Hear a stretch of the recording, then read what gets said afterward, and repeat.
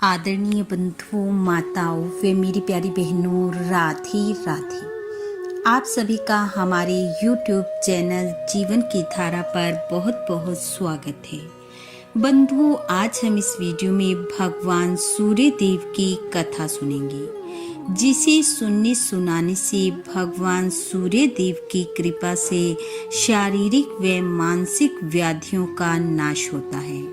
कथा कहानी सुनने के बाद यदि आप हमारे चैनल पर नए हैं तो कृपया हमारे चैनल को सब्सक्राइब करें, बेल आइकन को प्रेस करें ताकि हमारी वीडियो की नोटिफिकेशन सबसे पहले आप तक पहुंचे। वीडियो को शेयर व लाइक भी जरूर करें। पद्म पुराण में वर्णित कथा के अनुसार मध्य प्रदेश में भद्रेश्वर नाम का एक राजा राज्य करता था। अनेकों व्रत व तपस्या के प्रभाव से वह राजा पवित्र हो चुका था। वह नित्य प्रति देवता, ब्राह्मण, अतिथि और गुरुजनों का पूजन किया करता था तथा प्रजा का पालन भी न्याय पूर्वक किया करता। एक समय उस राजा के बाएं हाथ में सफेद कोढ़ हो गया।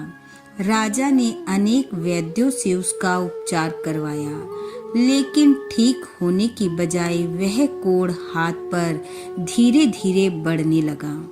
इस बात से दुखी होकर एक दिन राजा ने अपने मंत्री गणों व विद्वान ब्राह्मणों को बुलवाया और अपने रोग से चिंतित होते हुए राजा कहने लगा, हे विप्रगणों, मेरे हाथ में एक ऐसा पाप का चिन्ह प्रकट हो गया है जो लोक में निंदित होने के कारण मेरे लिए अति दुखदाई है। अतः मैं किसी पुण्य क्षेत्र में जाकर अपने शरीर का परित्याग करना चाहता हूँ।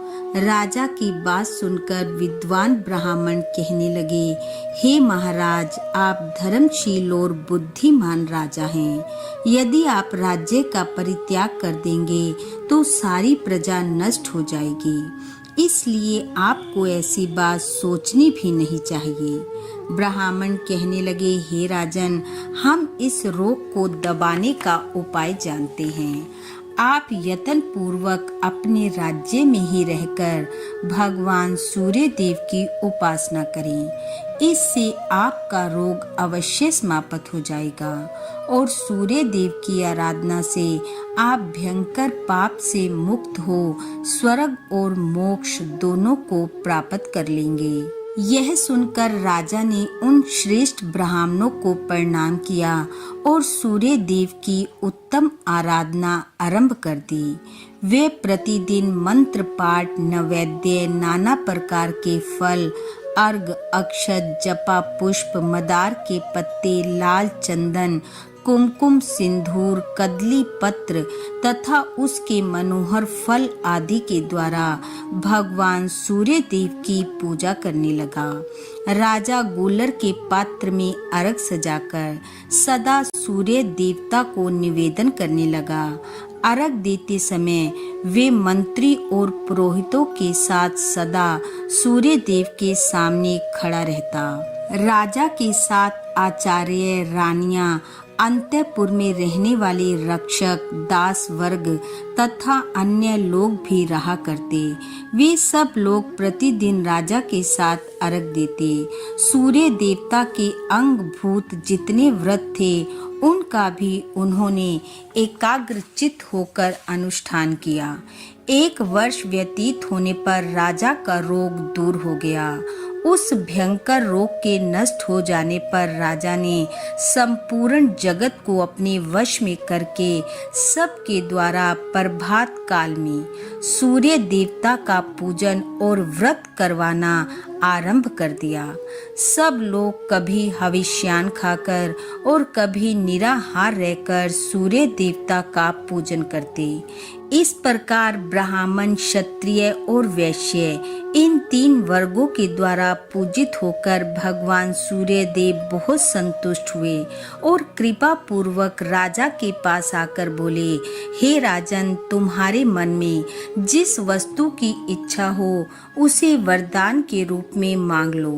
सेवकों और पुरवासियों सहित तुम सब लोगों का हित करने के लिए मैं यहाँ उपस्थित हूँ।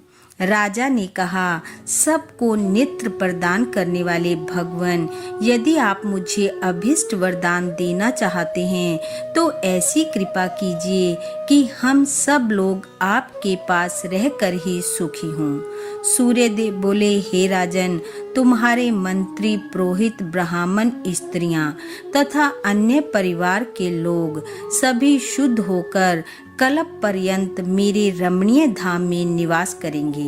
ऐसा कहकर संसार को नेत्र प्रदान करने वाले भगवान सूर्यदेव वहीं अंतर ध्यान हो गए। राजा भद्रेश्वर अपने पुरवासियों सहित दिव्य लोक में आनंद का अनुभव करने लगे। राजा, ब्राह्मण, कठोर व्रतों का पालन करने वाले मुनि तथा क्षत्रिय आदि अन्य वर्ण सूर्य देवता के धाम में चले गए।